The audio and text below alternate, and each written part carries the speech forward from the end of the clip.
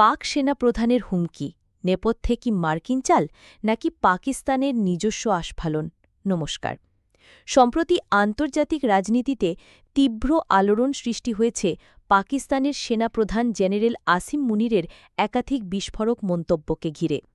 আমেরিকায় বসে ভারতের বিরুদ্ধে তিনি যে হুমকি দিয়েছেন তা নিয়ে চলছে ব্যাপক আলোচনা ও বিশ্লেষণ।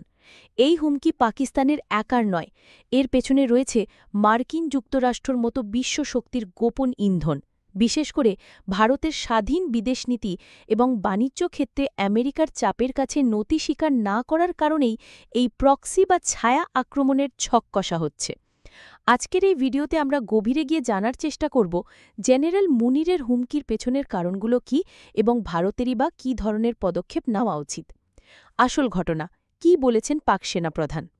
সাম্প্রতিক সময়ে মার্কিন যুক্তরাষ্ট্র সফরে গিয়ে জেনারেল আসিম মুনির বেশ কিছু মন্তব্য করেন যা ভারত পাকিস্তান উত্তেজনায় নতুন করে ঘি ঢেলেছে।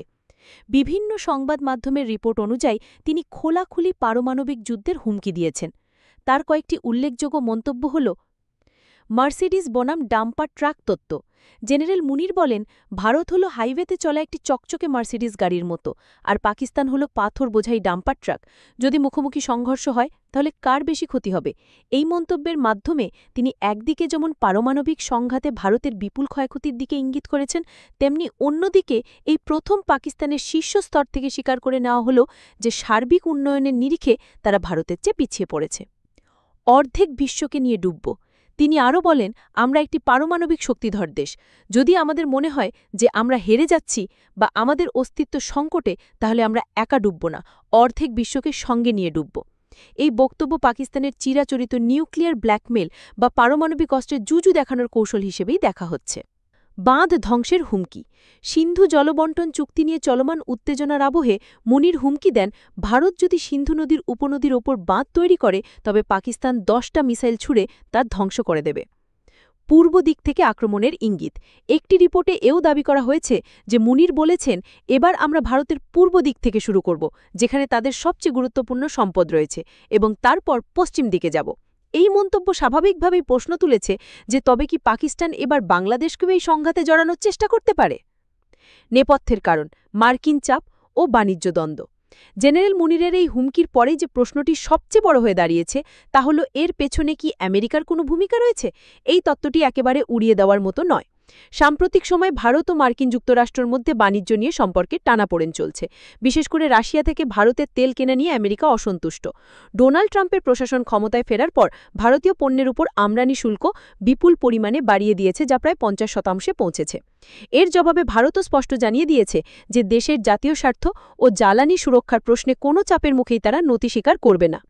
ভারতের এই দৃঢ় অবস্থানের কারণেই আমেরিকা পাকিস্তানকে একটি প্রক্সি বা ছায়াশক্তি হিসেবে ব্যবহার করে ভারতের উপর চাপ সৃষ্টি করতে চাইছে বলে অনেক বিশেষজ্ঞ মনে করছেন। ভারতের বিদেশ মন্ত্রক ও মুনিরের এই মন্তব্যের প্রতিক্রিয়ায় আমেরিকাকে পরোক্ষ বার্তা দিয়েছে। বিদেশ মন্ত্রকের বক্তা বলেন, এটা খুবই দুঃখের বিষয় যে একটি বন্ধু রাষ্ট্রে দাঁড়িয়ে পাকিস্তানের সেনাপ্রধান এই ধরনের মন্তব্য করেছেন। এই বিবৃতির মাধ্যমে ভারত বুঝিয়ে দিয়েছে যে আমেরিকার মাটি ব্যবহার করে ভারতকে হুমকি দেওয়াটা ভালো চোখে দেখছে না দিল্লি। ভারতের প্রতিরোধ ক্ষমতা ও অগ্নি-6 ক্ষেপণাস্ত্র। এই জটিল ভূরাজনৈতিক পরিস্থিতিতে ভারতের হাতে বিকল্প কি? পাকিস্তানের পরমাণু হুমকির জবাবে ভারতের শক্তি কি?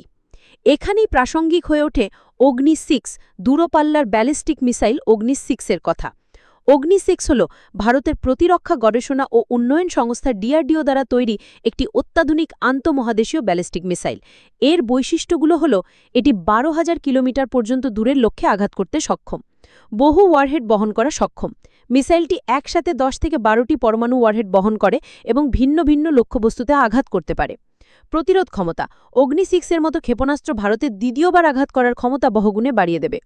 অর্থাৎ প্রতিপক্ষ প্রথম আঘাত হানার পরেও ভারত পাল্টা জবাবে শত্রুকে সম্পূর্ণ ধ্বংস করে দেওয়ার ক্ষমতা রাখবে। যদিও অগ্নি-6 এখনও পরীক্ষামূলক পর্যায়ে রয়েছে এবং এর চূড়ান্ত পরীক্ষার জন্য সরকারি অনুমোদনের প্রয়োজন, এই ধরনের পরিস্থিতিতে এই মিসাইলের সফল পরীক্ষা ভারতের প্রতিরোধ ক্ষমতাকে বিশ্বের দরবারে আরও স্পষ্টভাবে তুলে ধরবে। এটি শুধু পাকিস্তান বা চীনের জন্য নয়, যে কোনো শক্তির কাছে একটি স্পষ্ট বার্তা পৌঁছে দেবে যে ভারতকে দুর্বল ভাবার দিন শেষ। জেনারেল আসিম মুনিরের হুমকি পাকিস্তানের অভ্যন্তরীণ রাজনৈতিক চাপ, অর্থনৈতিক সংকট ও আন্তর্জাতিক ক্ষেত্রে কোণঠাসা হবার বহিঃপ্রকাশ হতে পারে। তবে এর পেছনে ভারত মার্কিন বাণিজ্য দ্বন্দ্ব এবং আমেরিকার পরোক্ষ চাপের সম্ভাবনাও উড়িয়ে দেওয়া যায় না। পরিস্থিতি যাই হোক, ভারতকে তার কূটনৈতিক তৎপরতা বজায় রাখার পাশাপাশি সামরিক সক্ষমতাকেও ক্রমাগত বাড়িয়ে তুলতে হবে। অগ্নি-6 মতো অত্যাধুনিক প্রযুক্তির প্রদর্শন শুধু কথার জবাব কথায় না দিয়ে শক্তির ভাষায় দেবে। কারণ আন্তর্জাতিক রাজনীতিতে শেষ কথা বলে শক্তি ও আত্মবিশ্বাস, যা ভারতের হাতে আজ দুটোই রয়েছে।